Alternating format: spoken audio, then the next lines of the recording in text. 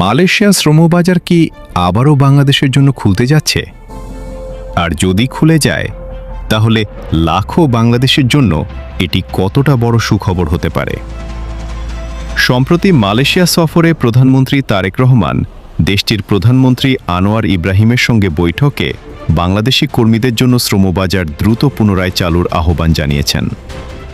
পাশাপাশি নিয়োগ ব্যয় কমানো, দালাল চক্র নিয়ন্ত্রণ এবং শ্রমিকদের নিরাপদ কর্মপরিবেশ নিশ্চিত করার বিষয়েও জোর দেওয়া হয়েছে।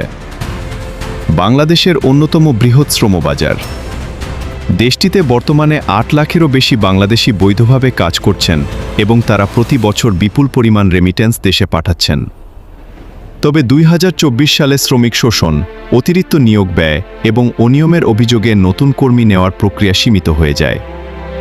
ফলে হাজার হাজার বাংলাদেশি কর্মী বিদেশ যাওয়ার সুযোগ হারান। এবারের বৈঠকে দুই দেশই শ্রমিক শোষণের বিরুদ্ধে কঠোর অবস্থান নেওয়ার কথা জানিয়েছে।